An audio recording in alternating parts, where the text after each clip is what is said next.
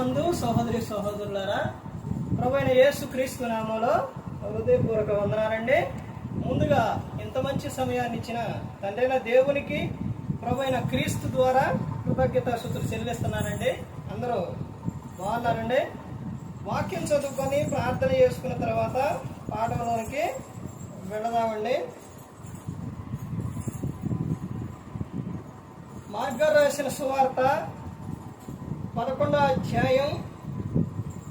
మార్గారు రాసిన సువార్త 11వ అధ్యాయం 9వ వచనం.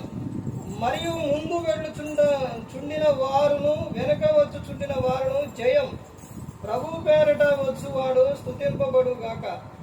వచ్చుచున్న మన తండ్రి అయిన దావీదు రాజ్యం స్తుతింపబడు గాక. సర్వోన్నతమైన స్థలములో జయం అని కేకలు వేయుచుండిరి. ప్రార్థన చేసుకుందామండి.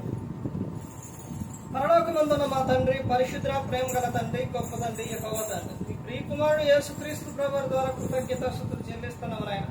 ఈ రాత్రి వేళ మా అందరితో మాట్లాడమని మా ప్రభు అయిన యేసుక్రీస్తు నామమున వేడుకుంటున్నాం తండ్రి. ఆమేన్. ప్రభు యేసుక్రీస్తు నామములో హృదయపూర్వక వందనాలండి. దేవుని కుమారుడు యేసుక్రీస్తు ప్రభు ఈ లోకానికి వచ్చిన తర్వాత పరలోక రాజ్యం సమీపిస్తుంది కనుక మారు మనసు పొందమని ప్రకటింప మొదలుపెట్టారు. అంశం పాఠం పేరు జయం. పాఠం పేరు ఏంటి? జయం. ఎవరికి జయ కొట్టాలి? జయం. ఎవరికి జయం? యేసుక్రీస్తు ప్రభువారికి. యేసుక్రీస్తు ప్రభువారికి ఏం కొట్టాలండి? జయం. పరలోకంలో ఏంటి? పరలోకములో పరిశుద్ధుడు పరిశుద్ధుడు పరిశుద్ధుడు అని గాన ప్రతిగానాలు అక్కడ చేయటం. గాన ప్రతిగానాలు పరలోకములో. ఈ భూలోకంలో ఏంటనంటే చెయ్యి కొట్టాలి. జయం. ఇక్కడ చెప్తున్న విషయం చూడండి. యేసుక్రీస్తు ప్రభువారు గాడిద పిల్ల మీద వస్తున్నప్పుడు అక్కడ ఉన్న వారు అందరూ కూడా ఏమని చెబుతున్నారు? సర్వోన్నతమైన స్థలములలో మహిమ. ఏమని చెబుతున్నారు చూడండి. సర్వోన్నతమైన స్థలములలో జయమని కేకలు వేయుచుండిరి. ప్రభువుని ఎప్పుడు కూడా ఏం చేయాలి? కనపరచాలి, స్తుతించాలి, ఆరాధించాలి. ఇది నేర్చుకోవాలి. జయం. ఆయనకి జయం. జయం జై కొట్టాలి. ఎందుకని అంటే జయం జయం అని. ఎందుకు అంటే మన కోసం మనలను రక్షించడానికి యేసుక్రీస్తు ప్రభువు ఈ లోకానికి వచ్చారు. పరలోకం నుంచి ఈ లోకానికి వచ్చారు.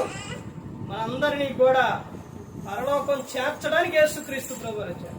మన కోసం ప్రాణం పెట్టడానికి ఈ లోకానికి వచ్చిన ఆయనకు ఏం కొట్టాలి? జయం కొట్టాలి. వీళ్ళు కేకలు వేస్తున్నారు. క్రీస్తు మన హృదయంలో ఉన్నప్పుడు పండుగ. క్రీస్తును మనం ఆహ్వానించినప్పుడు పండుగ. మన గృహంలోకి ఆయన ఆహ్వానించాలి, మన హృదయంలోనికి ఆహ్వానించాలి. క్రీస్తు క్రీస్తు ఆయన ఉంటే పండుగ, ఆయన ఉంటే ఆనందం.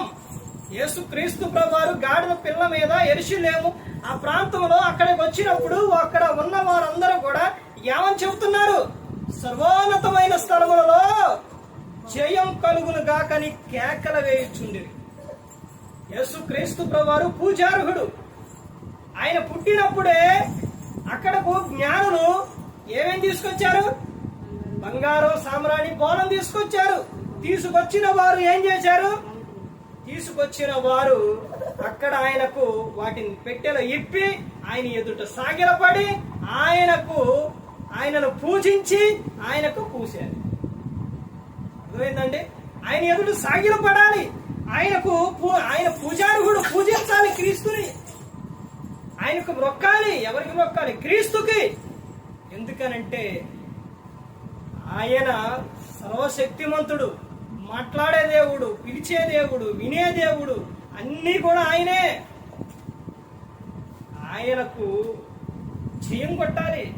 నిత్యం మనల్ని కాపాడుతున్న ఆయన, మన రక్షిస్తున్న ఆయన. ఎక్కడున్నా, ఎప్పుడైనా, ఎక్కడైనా కానీ ప్రభువుకు ఏంటంటే మన ద్వారా మహిమ రావాలి. మనం ఎప్పుడు ఆయన కనపరచాలి, ఆయన గురించి చెప్పాలి, ఆయన గురించి ప్రకటించాలి. ప్రతి ఒక్కరు కూడా తెలుసుకోవాలి. ఇక్కడ ఏమని చెప్తున్నారు చూడండి. ప్రభు పేరట వచ్చు పైన 9వ వచనం, మరియు ముందు వెళ్ళుచుండిన వారును వెనక వచ్చుచుండిన వారును జయం జయం జయం అనగా అర్థం ఏంటి? ఇక్కడ పైన ఒకటి ఉంది, కింద ఒకటి చూస్తే హోసన్న జయం, హోసన్న హోసన్న జయం. ప్రభు పేరట వచ్చు వాడు స్తుతింపబడు గాక,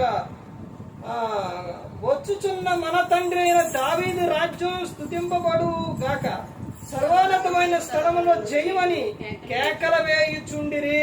కేకల వేయుచుండిరి. కేకల వేయాలి, ప్రభువుని గణపరచాలి, ప్రభువుని స్తుతించాలి. దేవదేవతలు పరలోకములో నిత్యం పరిశుద్ధుడు పరిశుద్ధులని గాన ప్రతిగానాలు చేస్తారు. ప్రతి ఒక్కరూ కూడా ఆయన్ని కనపరచాలి, ప్రభువుకి జయం కొట్టాలి. ప్రభు మన హృదయంలోని ఎల్లప్పుడూ ఉండాలి. అది ప్రతి ఒక్కరూ కూడా గమనించుకోవాలి. ఆయన మన హృదయంలో ఉంటే మన మాట తీరు మారుతుంది, మన ఆలోచన మారుతుంది, తలంపులు మారుతాయి. ప్రతి ఒక్కడే మారిపోతుంది, ప్రతి ఒక్కడే కూడా మారిపోతుంది. ఎందుకంటే దేవుడు ఎవరో? ప్రేమాస్వరూపి.